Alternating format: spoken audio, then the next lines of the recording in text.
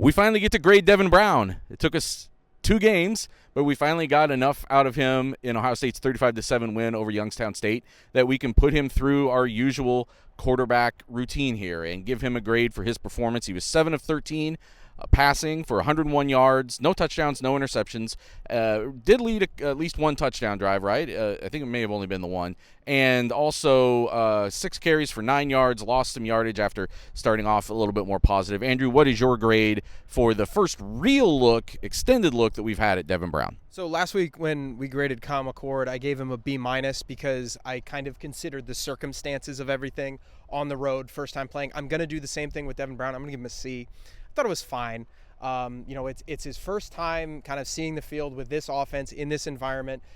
There were some things to work on, I think probably more so than what Kyle had to work on from last week. I remember there was one play when they were going this way where he just bailed on the pocket too early. He had a clean pocket and he just rolled out immediately. He hit the eject button a little bit too early. And that to me shows that the game's still moving pretty quickly for him. He's still trying to see things. So I give it a C. I think was he more experienced? I'm probably giving him a lower grade, but again, for the circumstances, relatively, I give him a C. I think he was fine. That's fair, and that's what I'm going to give him too. And last week, I said after the game that I think it may have been on Buckeye Talk, get it wherever you can find podcasts, that he was going to play more this week. But in terms of this competition, this evaluation between the two of them, McCord was still going to have an advantage because he had played so much more in the first week. And forget the start that he had 2 years ago. Just that experience and getting that much those reps in week 1 was going to really help McCord week 2. I thought you saw that play out on the field a little bit today because I thought Brown still had a little bit of those jitters. Coach Ryan Day was talking about this, and I've heard other people, actually had someone this morning say this to me, that Brown kind of wants to get hit to kind of lock him in and get going. And you got to do that a little bit more today. Got really some more run, but you still saw, I thought, the difference between McCord and Brown, which was that even last week, when McCord didn't play as well as he did this week, it was still a higher level, I thought a higher baseline, that there's still just a little bit too much variance in Devin Brown. And you also saw some of the good things. You saw the wiggle that he has and his ability to run, and Ryan Day was clearly calling more designed run plays when Devin Brown was in the game. So if they go to him in maybe an emergency situation, or not emergency, but if they have to switch quarterbacks during a game for whatever reason, that actually maybe plays into Ohio State's favor because the opponent maybe won't have prepared as much if he's a true backup.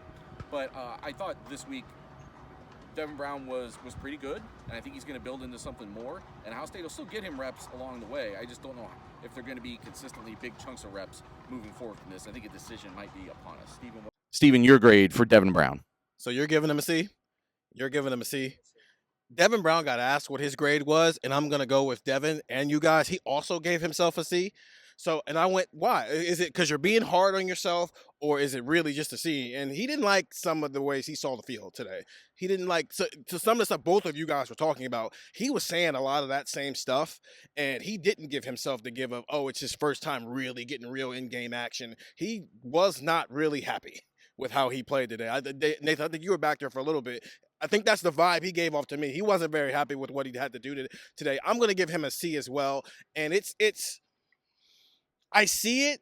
I just think it's another year away. He brought up, when Ryan Day got asked about Kyle McCord and what makes him special, does he see the field? He said Dwayne Haskins saw it right away. He said C.J. Stroud, he said that about C.J. Stroud all the time, and C.J. saw it. He said with Justin, it took some time up to the Michigan State game, but he had the athleticism that maybe, gave him a little bit of a buyout there. Devin Brown's athletic, but he's not Justin Fields athletic. So when he doesn't see it the right way, it doesn't end with a 25-yard rush. It ends with a 1-yard rush, or you get caught at the line of scrimmage. And I think that's what, to your point, Andrew, what you're talking about, where maybe he left the pocket a little too quickly. I think we saw that on some occasions, and he didn't see the field the way he needed to. Even on that 4th down scramble where he found G. Scott, I think if he'd have been a little bit more patient, Marvin Harrison was deep over here in this end zone for a touchdown. So I'm going to give him a C as well, because first real in-game experience for him, but I did see some things that made me go, it's not there yet, so let's give it some time. But for the same reason that we said that about Kyle McCord, I think if he gets to play against Western Kentucky next week and gets to go out and actually run the offense, I think it'll look better. So I think there's something to build on here. I think Ohio State has two good quarterbacks.